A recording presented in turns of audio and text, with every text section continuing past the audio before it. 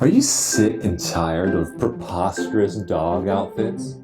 Well, don't buy them. Are you ready for fast food companies to stop trying to sell us barely edible garbage poorly disguised as food? Well, don't buy it. Are you fed up with factory farms taking advantage of desperate workers, exposing billions of animals to a lifetime of suffering, poisoning our air, poisoning our water, fueling pandemics, depleting our resources, and exacerbating climate change? Well, we don't have to give them our money. Whew. Sorry about that. It's been a stressful summer. We are recapping season 1 and talking about the massive power of our personal choices on this, the season finale of The Rotten Truth.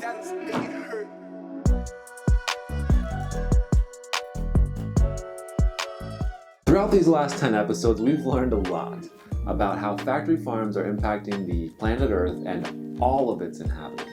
All of them. We learned that the Amazon rainforest is being leveled to raise and feed animals. We learned that low income and communities of color are disproportionately impacted by factory farms. We learned that we are intentionally deceived regarding where animal products actually come from. We learned that someone should be keeping a close eye on little Timmy. Psycho. The evidence that animal agriculture is wreaking havoc on our planet grows stronger by the day as more data is collected and more damning research is released. In May of this year, a first-of-its-kind report from the National Academy of Sciences identified meat factories as being responsible for thousands of deaths caused by air pollution. On August 9th, the latest Intergovernmental Panel on Climate Change report revealed that factory farms are a leading contributor to rising emissions of methane. Just recently, slaughterhouses in the United Kingdom revealed that they are so desperate for workers that they are attempting to convince the government to lend them prisoners to do the dirty work they can't find anyone else to do. And on and on and on. The actions of the animal agriculture industry prove that they do not care about this planet, they do not care about their workers, and they certainly do not care about their animals. Now, I am, and maybe you are, privileged and fortunate enough to have access to a wide variety of foods. Sometimes too many choices can be its own problem. I'm looking at you, Cheesecake Factory. If I gotta read the entire Lord of the Rings trilogy before I can eat, that food better either give me superpowers or be one hell of a cinnamon roll. I'll commit unspeakable acts for a Yum Yum City Bun. Yum Yum City Bun. That's how adults talk.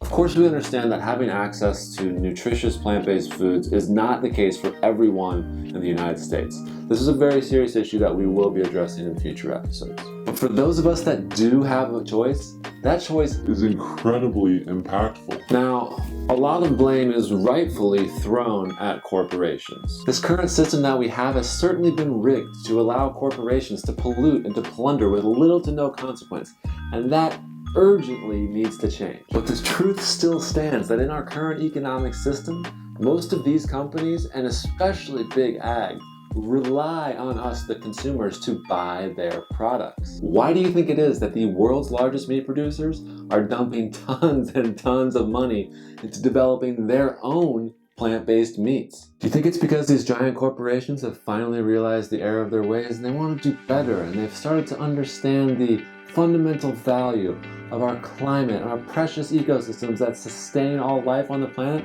That's why they're doing this, right?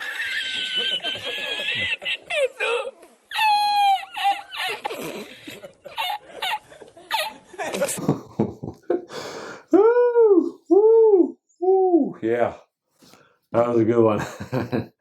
I needed that. That was funny.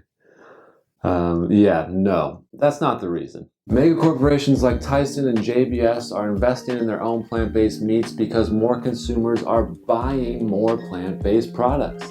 And all these corporations care about is getting our money. They don't care how they get it, if it's from selling dead animals or if it's from selling plants that look like dead animals. They just want the money. Now, I know our audience really loves a good graph. Wait till you see this hot little number. This graph says that by 2027, the global market will reach 35 billion. Other people say 74 billion. Other people say hundreds of billions. There's a line going around these days that there is no such thing as ethical consumption under capitalism, and so therefore our choices don't really matter that much. And we would say that to a degree that is valid. Production and consumption at the scale it is today to feed billions of people all over the planet, it's always going to have impacts. And there's certainly a strong argument to make that we need to tackle the root of consumerism in general, yes. But if we truly take this idea to heart, this idea that there's no way to ethically consume, does that mean that it'd be okay to leave the shower running all day for the pleasant sound the water brings? Or drive our kids to soccer practice in a monster truck? Or use all the plastic straws that we can find and cut out the middleman and just shove them straight in the sea turtles' noses ourselves? No, of course not. We realize that even though we picked some pretty reasonable examples, doing any of that would be absurd, and that in our current economic system there are indeed ways to consume that are more ethical, and that oftentimes there is significant nuance, and it's not just a right or a wrong purchase. We can change what we buy, what we eat, how we travel, while also pressuring corporations and governments and pushing for institutional, systemic change. It's not one or the other. And friends, that change is well underway because millions of individuals are making different choices. If we look hard enough, there are new stories every single day indicating this positive progress. More people are making efforts individually and collectively to move away from our dependence on destructive factory farms. Activists, influencers, politicians, and companies alike all see the writing on the wall that's telling us things have got to change, and they have to change soon. Author Jonathan Safran Foer captures what's happening beautifully in his latest book, We Are the Weather, writing, "Of course it's true that one person deciding to eat a plant-based diet will not change the world. But of course it's true that the sum of millions of such decisions will.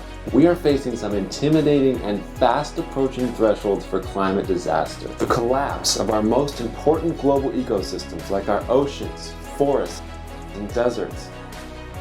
We really don't need any more reports to tell us that things are bad. What we do need is action. And if I've said it once, I'll say it a million more times. We as individuals are not powerless. It's time for those of us who can't afford to leave this planet in our phallic space shuttles to start making change now." That's gonna wrap her up for season 1 of The Rotten Truth. All right. Thank you so much for watching. Please like, comment, share. Help us get this information out there. That is incredibly important. Please let us know in the comments what you'd like to see us cover in season 2. We got some big plans for you. It's gonna be bigger, better, funnier, although that won't take much. Just kidding, this was right. It's been a joy to be your host for this season. All of us here at Factory Farming Awareness Coalition appreciate you and feel very grateful to do this work and to tell you what the meat and dairy corporations really, really don't want you to know. Peace.